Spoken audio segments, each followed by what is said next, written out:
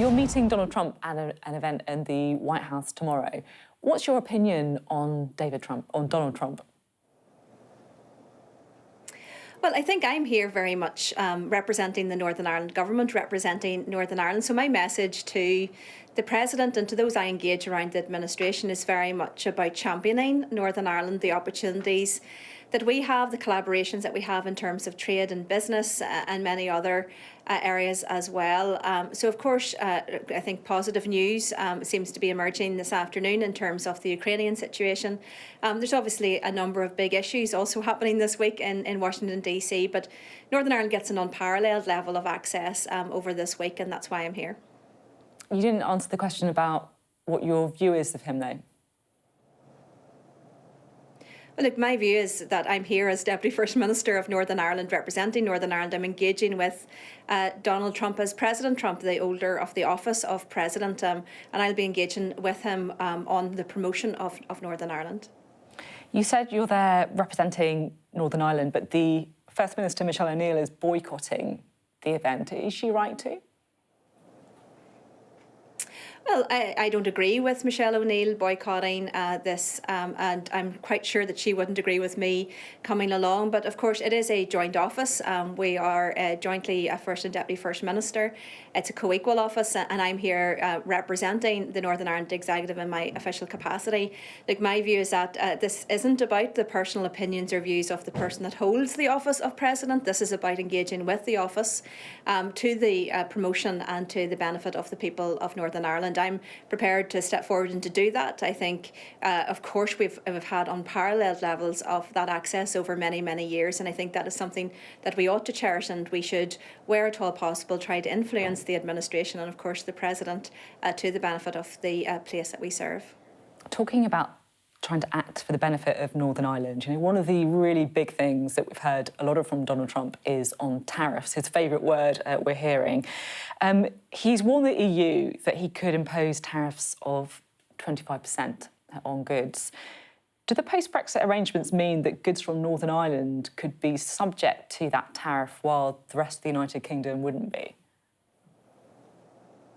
Yeah, look, there's undoubtedly a risk with all of this.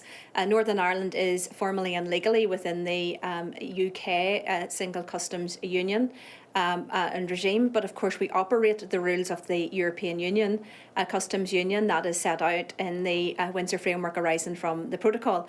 Now, there is a risk with all of this. That's why I'm here this week to also talk about that issue. I had a very good meeting, for example, just earlier today with the new ambassador, the UK ambassador to the US, Lord Mandelson, where we talked about these issues, the importance of the awareness of this to make sure that Northern Ireland does not accidentally get caught up in a tariff war between the US and the EU because of those particular set of arrangements. So it's really important that the Prime Minister and others are advocating and making sure that there is an awareness about this, that there isn't an indirect or non-intended consequence of potential actions on tariffs. I mean, it's fair to say it's a pretty delicate meeting, shall we say, tomorrow. There's been some contrasting meetings that Donald Trump has had with other world leaders previously. Do you think it's fair to say that Donald Trump is more pro-union rather than pro-Irish, like many of his predecessors? Well, look, I think that Donald Trump has had a positive relationship with the UK for significant parts of his business and political life. I know that the Prime Minister seemed to have a positive visit just a short number of weeks ago. I want to help and support, build on that by establishing those relationships as well, not just, of course, with the President, but with the administration and wider administration. It's incredibly important with so much going on, I think, in terms of global political events, that there is that awareness around the particular circumstances, particularly if you're a small place like Northern Ireland, where there could be impacts, but very conscious that Northern Ireland may not just be right at the top of the awareness or the agenda when people are discussing these big global issues. So, that's why I'm here. I'm here to champion Northern Ireland, to make sure that people are aware of those issues and the impact on Northern Ireland. And of course, as well as that, to promote, the wonderful things and opportunities that we have, particularly around strengthening those business relationships. We outside of London, we've attracted the largest amount of FDI, foreign direct investment, from the US across this United Kingdom.